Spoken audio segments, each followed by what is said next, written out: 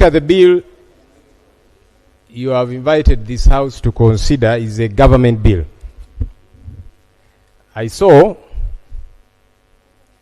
a tweet by the head of government and a letter signed by retired General Yoweri Kaguta Museveni Tibuhaburwa.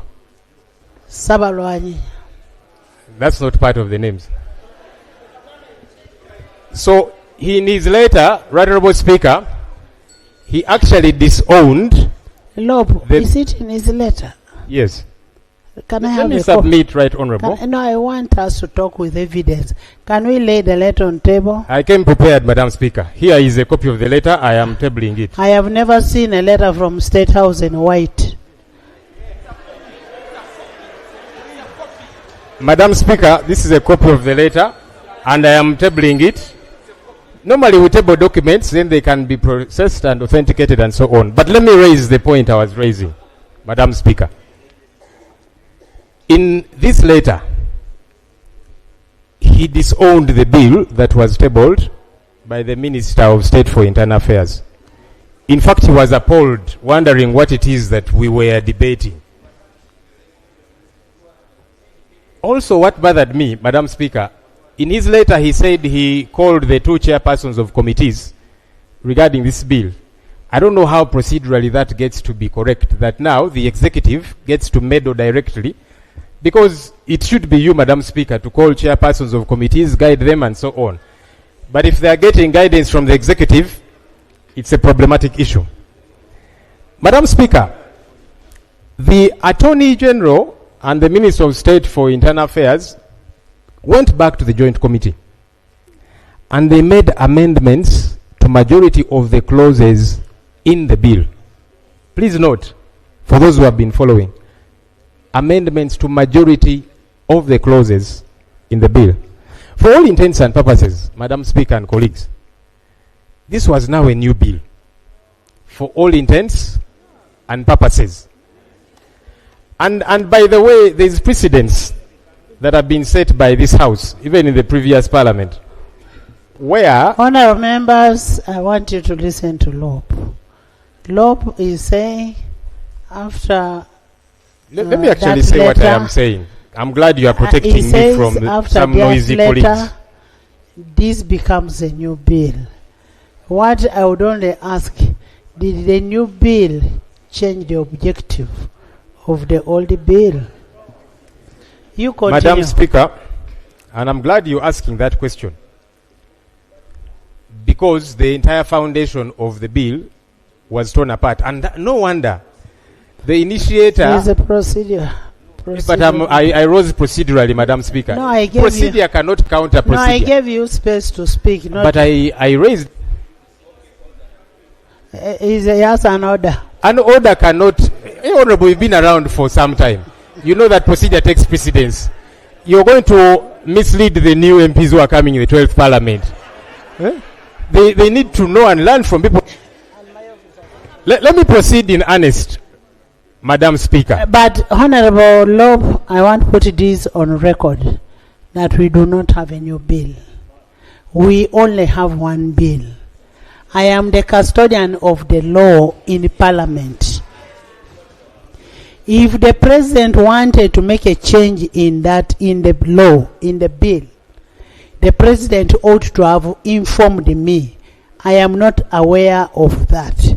It has not come to my attention. I am the one processing the bills here.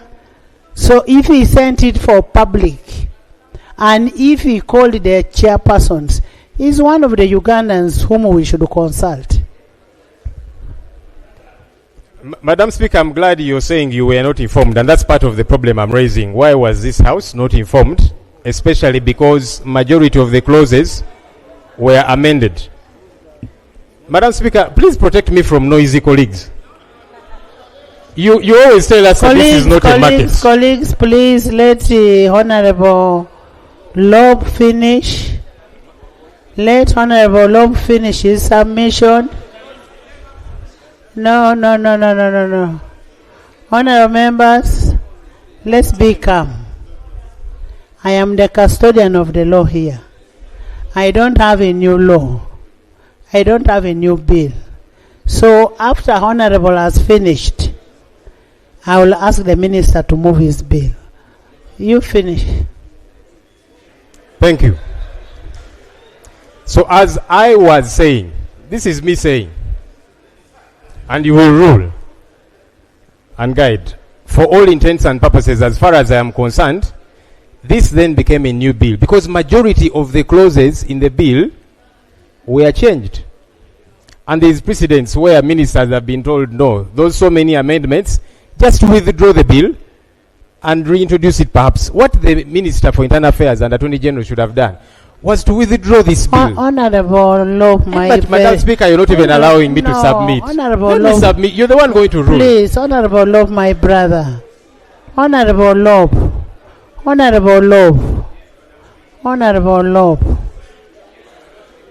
Can I have order? Can I have order? We have now started debating in anticipation. We don't know what the bill is. When the minister moves his bill, that's when we can reject. Huh? Please make my work easy.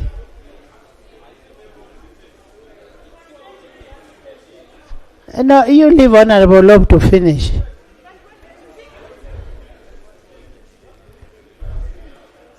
Switch on. Madam Speaker, actually I am seeking to make your work easier. Really, if you capture what it is that I'm saying. Because they are moving it for the second time. And for me, what I was saying is you should have been moving to withdraw the bill. That's my opinion. And you're going to give your ruling, Madam Speaker. So, no, but they called for reading of the bill for second and third reading. Okay. So let me finish the issue that for me I am raising. Okay. Madam Speaker, also, stakeholders... What is the procedural matter that you are raising now? So, the procedural matter I'm raising is, shouldn't the Minister of Internal Affairs be withdrawing his bill, and then he goes back for consultation? Can I answer that first? Can I answer that first? Maybe it will form your second question. That the Minister of Internal Affairs should be moving his motion for the second reading. Because as far as I know, I have not been given another motion. I only have one motion. So you will move your second motion for the second reading. Thank you, Madam Speaker, and I'm glad on record you have said you were not notified of a second one. That's something we are going to interrogate because, like I'm saying, as far as some of us are concerned, it's a second one. Right Honorable Speaker, the committee report to this bill here leaked and it is in the public domain. It was first shared on our parliament platforms, media houses have shared it, it is all over. Honorable Speaker, on 18th of January 2023, you were seated in the chair you're seated in, and I was standing on this very microphone. I was chairperson of COSASE. I rose to present a committee report for COSASE on Uganda Airlines. And you said, Right Honorable Speaker, I want to quote you verbatim what was on the Hansard. You said, there was a leakage of the Uganda Airlines report. A property of this parliament cannot leak, and we continue debating on it. Those were your exact words captured on the Hansard. Honorable Speaker, this report has leaked. So, given that precedent which you said, are we going to go ahead and debate this leaked report? Thank you. Because the precedent was set by yourself. We hope to be ready. First of all, honourable members, in the VIP gallery, I want to introduce Honorable Nambulondo Sarah, MP-elect from Buyende. You're most welcome. Honorable Naku Fiona, the elect for workers. Most welcome, Fiona Naku. And then we have Honorable Sewagude Robert, representing people with disability, national. You're also most welcome. I have Honorable Matembe, Miriam, and Honorable Emily Otekat. Honorable members, I want to refer you to Rule 14.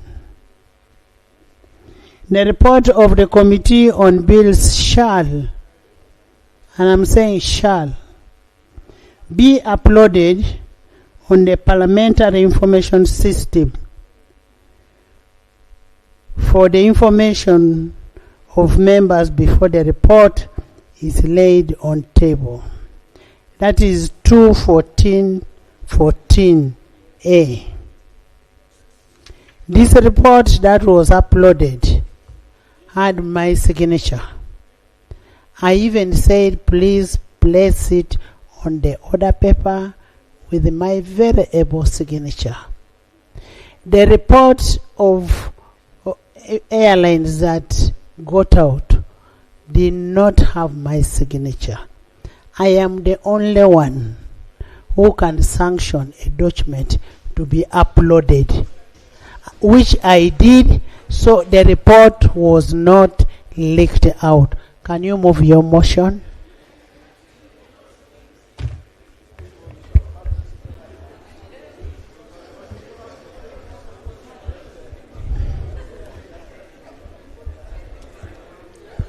Right Honorable Speaker and Honorable Members, in keeping with Rule 130 of the Rules of Procedure of this Parliament, I beg to move that the bill entitled the Protection of Sovereignty Bill 2026 be read the second time.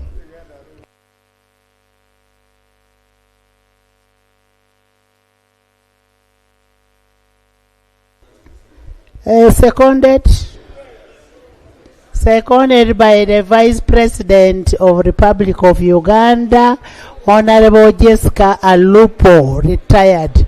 Honorable Prime Minister, Honorable Nabanja Robina, Honorable Second Hajat, third Government Chief Whip, Minister of Defense, Minister of the Security, Minister of ICT, Minister of Finance, Minister of Works, Minister of Sports, and the Hollow House on this side.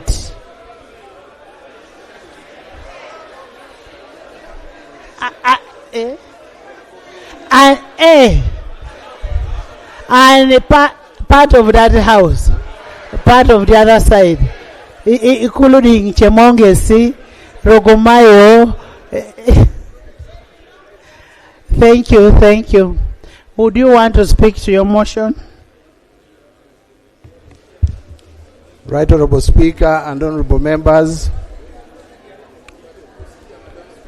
can I first have a justification before you bring the procedure? Right Honorable Speaker and Honorable Members, the object of this bill is that the country faces a number of challenges which threaten our ability to self-govern in the absence of a sovereignty-specific law which this law seeks to address. And these include preventing undue external influence, regulating foreign funding, safeguarding national security, filling legal gaps, and managing digital misinformation. I beg to move, Right Honorable Speaker. Thank you. Honourable members, I want to provide some guidance in this. Honourable members, the chairpersons of the committees have prepared the report, and I wish to guide as follows. From the time the bill was tabled for the first reading, there has been a very remarkable public interest in it. A review of the committee report reveals that more than 60 witnesses were accorded opportunity to present their views on the bill, including persons and institutions.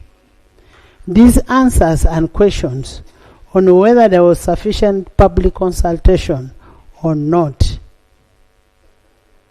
I commend the committee for upholding our cardinal principle of public participation. 2, there was a considerable debate on the content of the bill, notably the definition of the word foreigner, the scope of application of this bill, the regulatory prudence envisaged in administration and functions, the proposed penalties, the criminal offenses, regulations of foreign policies, registration of agents of foreigners, declaration of foreign funding, and ministerial powers, among others. I have reviewed the report.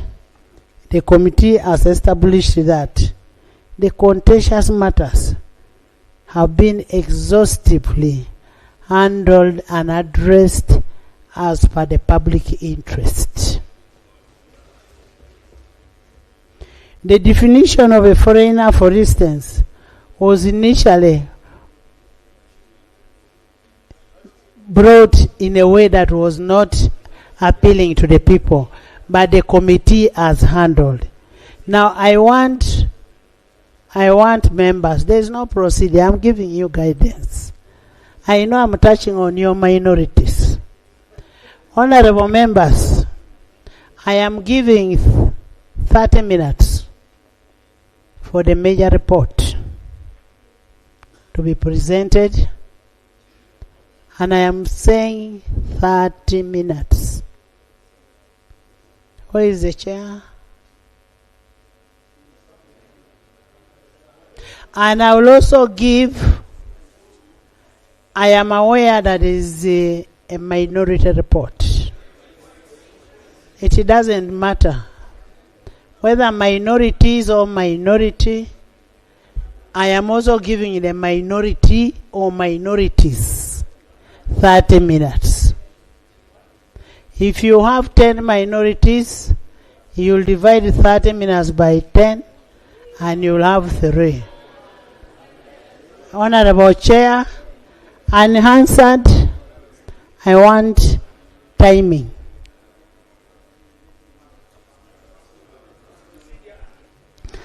Let him read his report. Then you will bring process. I don't want you to waste his time. Tebandeke, I know you want to exercise your law that you're learning now. You first wait. First wait. First wait. First wait. I have given you 30 minutes. Thank you. Right Honorable Speaker. Right Honorable Speaker, for the record, my name is Wilson Kajenje, Member of Parliament, Nyabusho's constituency, and Chairperson of Defense and Internal Affairs Committee.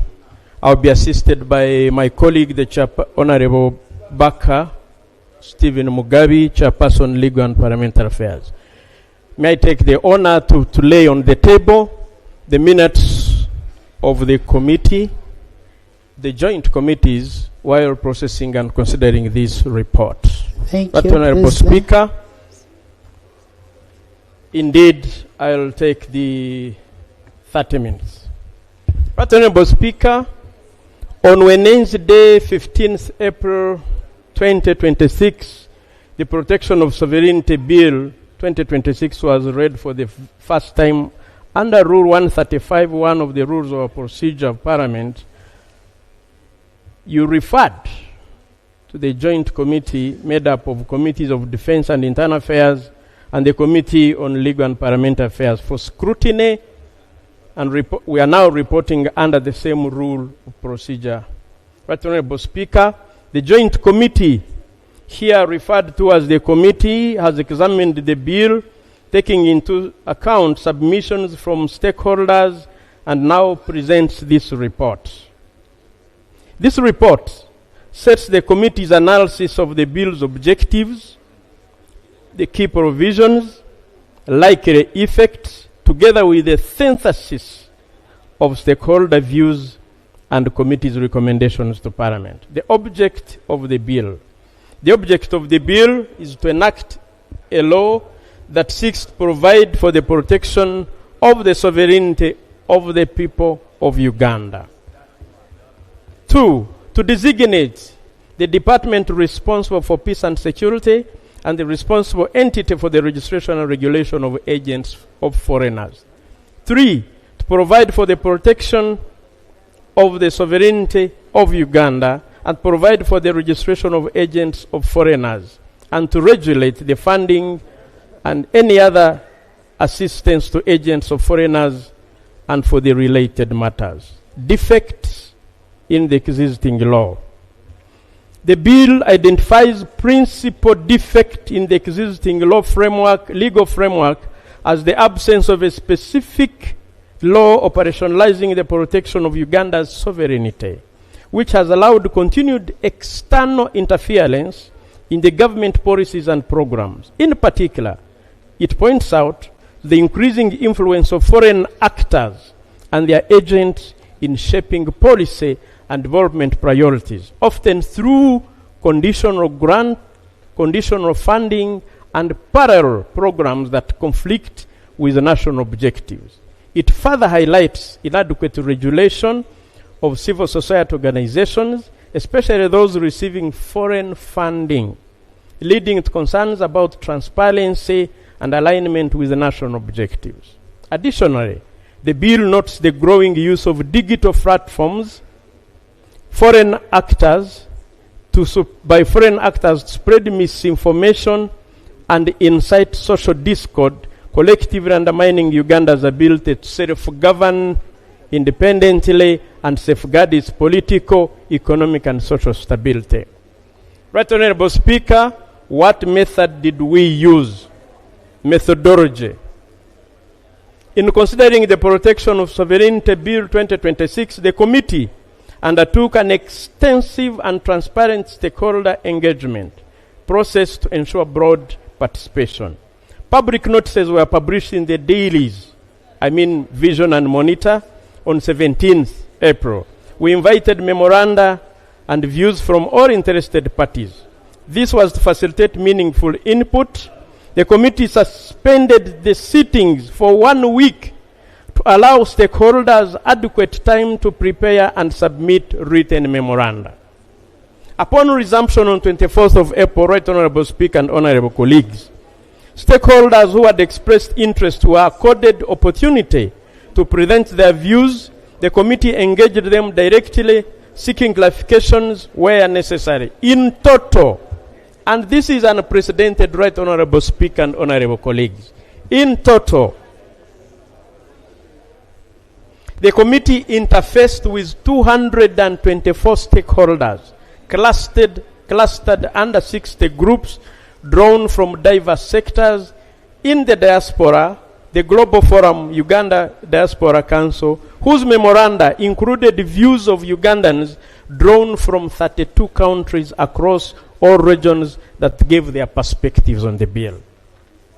In addition to the hearing from stakeholders who appeared before the committee also took into account the perspectives shared by His Excellency the President in his guidance to the nation through his letter, particularly that was addressed to the Bazuku regarding the bill. Following these engagements, Right Honorable Speaker, the committee held further sittings during which the learned Attorney General responded to the stakeholder concerns and proposed refinements to the bill. The interactive process ensured that the review incorporated both legal scrutiny and practical implementation considerations. This structured approach, characterized by open invitations, dedicated submission time, inclusive hearings, responsible dialogue, demonstrates that the committee's work was informed by a wide participatory and national representative consultation process. The stakeholders the committee interfaced with include the following. It is important, Right Honorable Speaker, that this goes on record. We have clustered them like this. We had stakeholders under government and public institutions. These are actors with statutory mandates that include Bank of Uganda, Financial Intelligence Authority, National Planning Authority, Uganda Human Rights Commission, the parliamentary committees. We also had another cluster of legal and professional bodies and organizations that focused on the law, like Uganda Law Society, like East African Law Society, the Law Development Center, Center for Constitutional Governance, that had in their entourage former members and former ministers of government. Independent legal and legal practitioners who forwarded multiple submissions. We had political actors and movements, political parties, or politically affiliated formations. These include Alliance for National Transformation, Forum for Democratic Change, National Unity Platform, the People's Front for Freedom, and for the record, the Hansard must capture this, Right Honorable Speaker, that Uganda People's Congress appeared and gave their views, and that the leader of opposition also appeared and gave his views. I'm mentioning it for the capture of the Hansard. We also entertained private sector and business associations that include the Chamber of Commerce, Kampala Arcade Traders Association, Kampala City Traders Association, Uganda Small Scale Industries Association, Uganda National Traders Association, the Gen Z Business Owners Association, Innovation Village, the startup ecosystem, and the independent private sector consultants. We did not stop there. We entertained financial, insurance, economic sector actors. These include the sector-specific institutional stakeholders that include Uganda Bankers Association, supervised financial institutions like banks, mobile money operators, via sector submissions. We also entertained Payment Service Providers Association. We also entertained Uganda Forex Bureau and Money Remittances Association. They too appeared and gave their views. We also considered digital, telecom, media actors in communication, broadcasting, and digital economy, include communication sector operators, National Association of Broadcasters, media practitioners, journalists, and journalism practitioners. We also entertained the civil society and non-government organizations, both domestic and international civic actors that include Anti-Corruption Coalition of Uganda, Foundation for Human Rights Initiative, Legal Aid Service Providers Association, the Rotary of Uganda, Women Pro Bono Initiative, Country Directors of International Network, and various national NGOs also submitted. We also entertained international organizations and development actors under these multinational organizations and international cooperation actors. These include United Nations Country Team, international NGO community, collectively represented. We did not stop there, Right Honorable Speaker and Honorable colleagues. We entertained the labor, religious, and social institutions that include NOTU, that include Interreligious Council of Uganda, that include Muslim Organizations Coalition, and other faith-based organizations. We entertained health, scientific community, and public health research institutions, e.g., Uganda Medical Association, Uganda Virus Research Institute, Peoples Living with HIV advocacy groups. We also entertained education and academic sector that include Makerere University Academic Staff Association, universities and academic researchers, student groups and members of the guild also submitted. National Union of Disabled Persons of Uganda, Uganda Lawyers Voice on Climate Change, Gender Rights and Advocacy, Climate Advocacy groups. We also entertained diaspora, transnational communities, Ugandan actors, the Global Forum. This is an organization that groups all Ugandans in the diaspora. The Cheyo Association, NUP, NUP Diaspora Chapter, individual diaspora submissions. We went further and entertained professional and individual submissions. These are unaffiliated and cross-cutting. Independent consultants, individual citizens, business professionals, researchers. Right Honorable Speaker, we consulted documents.